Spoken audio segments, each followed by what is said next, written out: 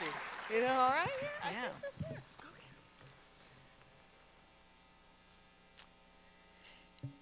It was a perfect day for a wedding. It was gorgeous blue skies, perennials blooming, so why was I sobbing on the back porch? I always said I never wanted to get married. I criticized and picked at every aspect of weddings, big and small, from the bridal showers to lifting the veil. My go-to line was a twist on that Groucho Marx bit. Why would I want to belong to a club that won't have me as a member? I mean, I love my friends and family who were getting married, but I just hated that ceremony, the traditions, the fact that the waters parted for it all. Well, let's face it, I hated being excluded. When people would hear how long Donna and I had been together, some would ask us about tying the knot. Hey, Chicago, Illinois just ruled on same-sex unions. Now are you two going to make it legal? I mean, we'd been together 30 plus years. It was a fair question, but I would always say, separate but equal? No thanks. Wake me up when the feds make a move. I never thought they would. A lifetime of being on the outside looking in had a price. Still, I attended weddings, straight weddings. I bought lots of gifts and outfits. Oh, God, the outfits. Did I say shoulder pads? Wild weddings, like the one where the groom's vows were lyrics to that song, I'm not in love. Oh, no. At that reception, some guests danced in their underpants.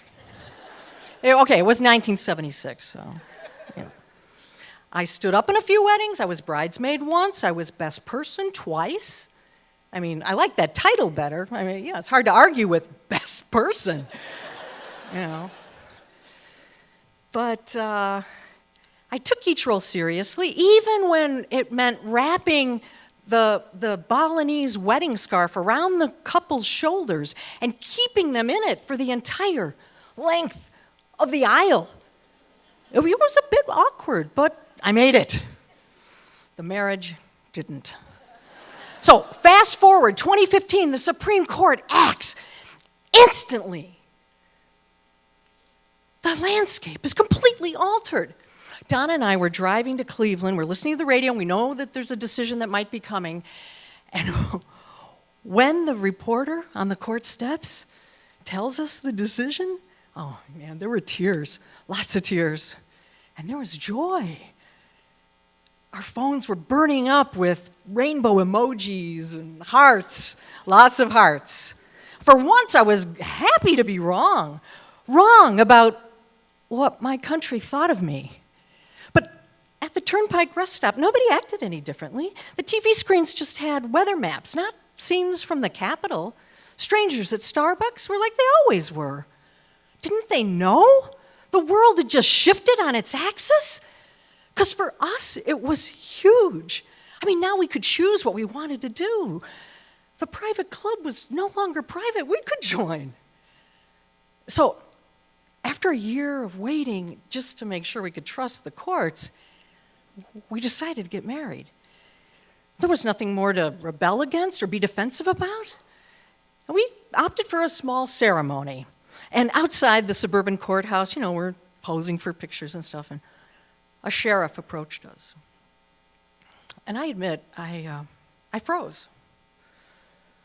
You gals mind if I give you each a hug? She said. I mean, at our tiny little reception, I couldn't get the smile off my face. I mean, the gifts and the money, I mean, it was all shocking to me. I thought, so this is what it feels like to be included.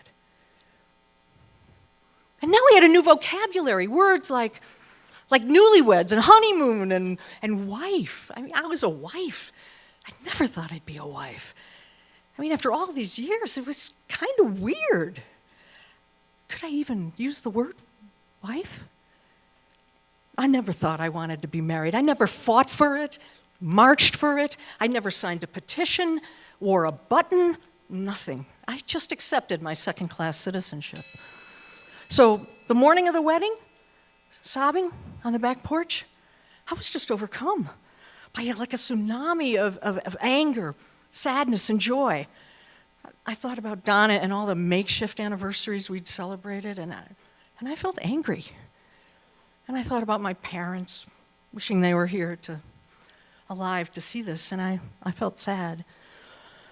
And then I thought about my dear youngest brother, Mark, who died of AIDS in '92, and wouldn't have dared to dream of a day like today, and I sobbed.